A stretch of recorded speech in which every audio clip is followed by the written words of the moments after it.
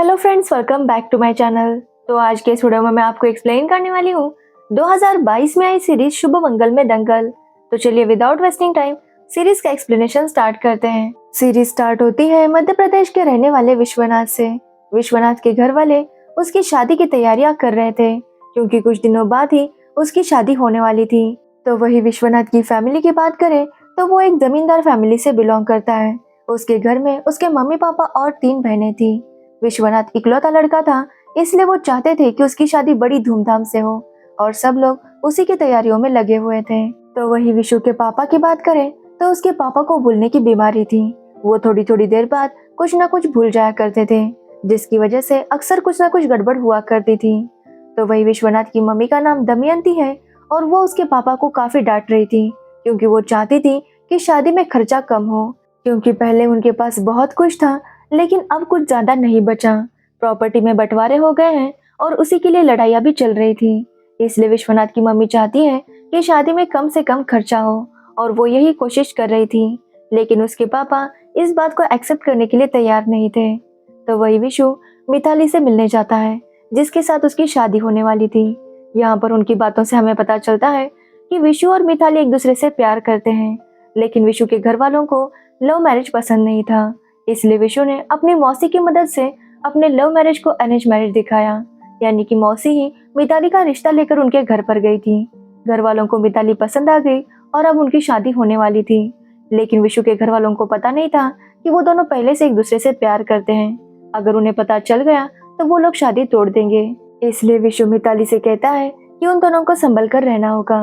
किसी भी घर वाले को पता नहीं चलना चाहिए कि वो दोनों पहले से एक दूसरे को पसंद करते हैं। जिसके बाद वो दोनों अपने अपने घर चले जाते हैं। अब यहाँ पर मिताली के घर वालों की बात करें तो उसकी फैमिली में उसकी दादी, बहन और जीजू थे, लेकिन उसकी दादी और जीजू के बीच में बिल्कुल भी नहीं बनती थी क्योंकि जीजू ने मिताली की दीदी के साथ भागकर शादी की थी और इसी बात की वजह से उसकी दादी अब तक उससे नाराज थी। तो वही मिताली की दीदी एसपी है और उसके जीजू कलेक्टर थे। मिताली अपनी शादी को लेकर काफी ज्यादा एक्साइटेड थी। तभी उसे पता चलता है कि देश में लॉकडाउन लग गया है और ये सुनकर वो काफी ज्यादा टेंशन में आ जाती है क्योंकि वो जानती थी कि लॉकडाउन लगने के बाद अब सिर्फ 50 लोग ही शादी में अलाउड थे। मिताली को यही डर था कि ये खबर सुनने के बाद कहीं विश्वनाथ के घर वाले शादी को पोस्टपोन न कर दे, और उसका ये डर सच होता है क्योंकि विश्वनाथ के घर वाले शादी पोस्टपोन करना चाहते थे क्योंकि उनका कहना था कि उनके इकलौते बेटे की शादी है तो शादी बड़ी धूमधाम से होगी, इसलिए बहुत सारे लोग आएंगे। इसलिए वो कहते हैं कि वो शादी पोस्टपोन कर देंगे, लेकिन विशु ने समझाता है कि वो लोग शादी पोस्टपोन नहीं कर सकते। ये बात सुनने पर विशु के पापा डिसाइड करते हैं कि वो अपना कनेक्शंस यूज करके शादी करवाएंगे। जिसके बाद वो एक लल्लू सिंह नाम के आदमी को बुलाते हैं जो कि एक लोकल पॉलिटिशियन था। वो लल्लू सिंह से रिक्वेस्ट करते हैं कि उन्हें शादी की परमिशन दे दे, जिस पर लल्लू सिंह कहता है कि वो शादी कर सकते हैं लेकिन शादी में बस 50 लोग ही होने चाहिए। विशु के घर वाले उन्हें समझाते हैं कि वो कम से कम 2000 लोगों को तो बुलाना चाहते हैं, लेकिन ये बात सुनकर लल्लू सिंह उन्हें डांट देता है और कहता है कि 50 से 55 लोग ही चलेंगे, अगर उससे ज्यादा हो गए तो वो उनकी कंप्लेंट कर देगा। जिसके बाद लल्लू सिंह वहां से चला जाता है और विशु के घर वाले फिर से शादी पोस्टपोन करने की बात करने लगते हैं, लेकिन विशु उन्हें फिर से समझाने लगता है। लेकिन इस बात पर विशु की माँ को कोई एतराज नहीं था क्योंकि वो जानती थी कि अगर लोग कम आएंगे तो खर्चा भी कम हो जाएगा। इसलिए वो विशु के पापा को डांटती है और उनसे कहती है कि वो लोग शादी कर देंगे। जिसके बाद वो सभी घर वालों को कॉल करके बताने लगते हैं कि विशु की शादी है, लेकिन सभी घर वालों का कहना था कि कोरोना चल रहा था, इसलिए वो रिस्क लेकर वहां पर नहीं आना चाहते थे। इसलिए सब लोग शादी में आने से मना कर देते हैं, लेकिन ये बात विशु के एक कजिन को पसंद नहीं आती। उस कजिन का नाम ममता है और विशु के पापा ने उसकी शादी में बहुत हंगामा करवाया था। इसकी वजह से ममता विशु की शादी में अपना बदला लेना चाहती थी। इसलिए वो डिसाइड करती है कि वो सभी घर वालों को तैयार करेगी और विशु की शादी में लेकर जाएगी।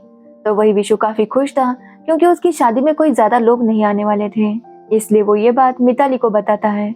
मिताली कहती है कि उसके घर वाले और वो मिलकर टोटल 4 लोग ही आएंगे, इसलिए विशु उसके घर वालों को समझा दे। विशु कहता है कि सब कुछ मैनेज हो गया है। तभी वहां पर विशु के सारे घर वाले आ जाते हैं, जिन्हें देखकर विशु काफी ज्यादा शॉक था क्योंकि वहां पर उसके 200 से ज्यादा रिश्तेदार आ गए थे। विशु समझ गया था कि अब यहाँ पर बहुत बड़ा हंगामा होगा, इसलिए वो मिताली को वहां से जाने के लिए कहता है। अब यहाँ पर हमें ये भी पता चलता है कि विशु की मम्मी के साइड वाले रिश्तेदार और पापा के साइड वाले रिश्तेदारों में बिल्कुल भी नहीं बनती और वो दोनों छोटी छोटी बातों पर लड़ाई किया करते हैं। खास करके विशु के फूफा जी जो बात बात पर रूठ जाते हैं क्योंकि उनका कहना था कि वो घर के दामाद हैं तो उन्हें सारी इज्जत मिलनी चाहिए। विशु वहाँ पर आता है और सभी रिश्तेदारों का स्वागत करता है। अब वो लोग चाहते थे कि वो रिश्तेदारों को वापस भेजे, लेकिन ऐसा हो नहीं सकता था। तभी वहाँ पर ममता आकर कहती है कि उसी ने सभी रिश्तेदारों को इकट्ठा कर लिया क्योंकि वो चाहती है कि विशु की शादी बड़ी धूमधाम से हो। अब विशु के घर वाले ना चाहते हुए भी सबको अपने रूम में भेज देते हैं। दूसरे दिन से ही शादी के फंक्शन स्टार्ट होने वाले थे, लेकिन फंक्शन से पहले लड़ाई होना शुरू हो जाती है। कुछ रिश्तेदारों को चाय से प्रॉब्लम थी तो कुछ रिश्तेदारों को वॉशरूम खाली नहीं मिल रहा था, जिसकी वजह से सभी में काफी लड़ाइयाँ होने लगी थी। विशु और उसका दोस्त मिलकर किसी तरह से बात को हैंडल कर लेते हैं। तो वही मिताली की फैमिली भी विशु के घर आती है क्योंकि आज से सारी रस्में शुरू होने वाली थी। जब ऐसे ही एक रस्म चल रही थी तभी वहाँ पर एक पुलिस ऑफिसर आता है जो कहता है कि यहाँ पर 50 से ज्यादा लोग हैं, इसलिए वो सबके खिलाफ FIR फाइल करेगा। वहाँ पर मिताली की दीदी भी थी, लेकिन वो पुलिस ऑफिसर उसकी बात नहीं सुनता। वो कहता है कि अगर SP उसे राइटिंग में देगी तो ही वो उनकी बात मानेगा, लेकिन मिताली की दीदी राइटिंग में दे नहीं सकती थी, इसलिए वो चुप रहती है और वो पुलिस ऑफिसर कहता है कि वो सबको अरेस्ट कर लेगा। लेकिन तभी हमें पता चलता है कि विशु की बहन का और उसका अफेयर चल रहा था, इसलिए विशु की बहन उसे कहती है कि अगर उसने कुछ भी किया तो वो सारे मैसेजेस सबको दिखा देगी। जिसके बाद वो पुलिस ऑफिसर चुप हो जाता है और वहाँ से चला जाता है। तभी हमें पता चलता है कि उस पुलिस ऑफिसर को ममता ने खबर दी थी, लेकिन उसका ये प्लान अब फेल हो गया था, इसलिए ममता डिसाइड करती है कि वो दूसरा प्लान बनाएगी। जिसके बाद वो लल्लू को कॉल करती है और उसे मिलने के लिए बुलाती है। यहाँ पर हमें पता चलता है कि लल्लू और ममता पहले प्यार किया करते थे, पर ममता के घर वालों ने लल्लू की शादी कहीं और करवा दी। लेकिन लल्लू आज भी ममता से प्यार करता है, इसलिए ममता उसे उकसाती है कि यहाँ पर शादी में 50 से ज्यादा लोग आए हैं और लल्लू जैसे पॉलिटिशियन को ये सब कुछ बर्दाश्त नहीं करना चाहिए, यहाँ पर आकर सारा बदला ले लेना चाहिए। जब अगले दिन फंक्शन चल रहा था तभी वहाँ पर लल्लू आता है और सबको धमकी देने लगता है कि ये सारा फंक्शन बंद होगा, यहाँ पर कोई शादी नहीं होगी क्योंकि यहाँ पर 50 से ज्यादा लोग हैं। ये सब देखकर मिताली और विशु लल्लू को समझाने की कोशिश करते हैं, लेकिन वो उनकी बात नहीं सुनता। तभी विशु के पापा मिनिस्टर को कॉल करते हैं और फोन स्पीकर पर रखते हैं।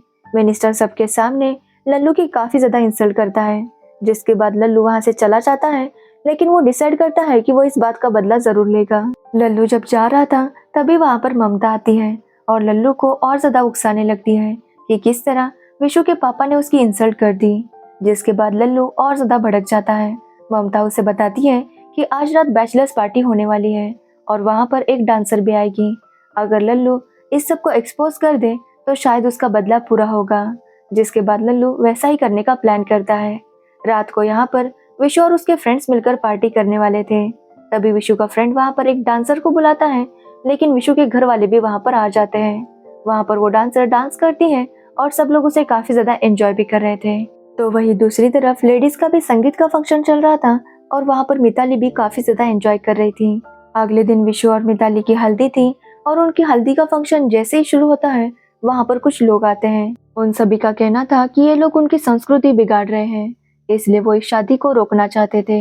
एक्चुअली कल रात जो डांसर आई थी और उसके साथ सब लोग डांस कर रहे थे, उसका वीडियो लल्लू ने बना लिया था और उसी ने वो वीडियो उन लोगों को भेजा था, इसलिए वो शादी रोकने के लिए वहाँ पर आए थे।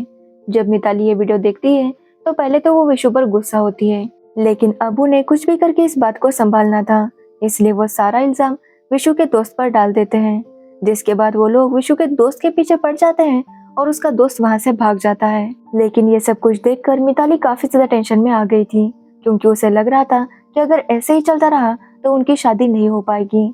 इसलिए वो विशु से कहती है कि वो दोनों भागकर शादी कर लेंगे, लेकिन विशु इसके लिए मना कर रहा था। उसका कहना था कि वो घर वालों के साथ शादी करेंगे, लेकिन मिताली कहती है कि अगर ऐसे ही चलता रहा तो उनके घर वालों को पता चल जाएगा कि उनकी लव मैरिज है। लेकिन विशु कहता है कि वो सब कुछ संभाल लेगा।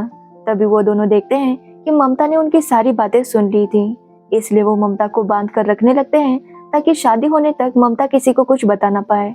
लेकिन ममता उन्हें कहती है कि अगर उसे पहले पता होता कि उन दोनों की लव मैरिज है तो वो खुद उनकी मदद करती। ममता कहती है कि अब तक जो भी हो रहा था वो सब कुछ ममता ही कर रही थी ताकि वो शादी में थोड़ा सा हंगामा कर सके। लेकिन अब उसे पता चल गया है कि विशु और मिताली एक दूसरे से प्यार करते हैं, तो वो खुद उन दोनों की शादी करवाएगी। जिसके बाद ममता लल्लू से बात करती है और उसे रिक्वेस्ट करती है कि वो शादी की परमिशन दे दे, लेकिन लल्लू उसकी बात नहीं सुन रहा था।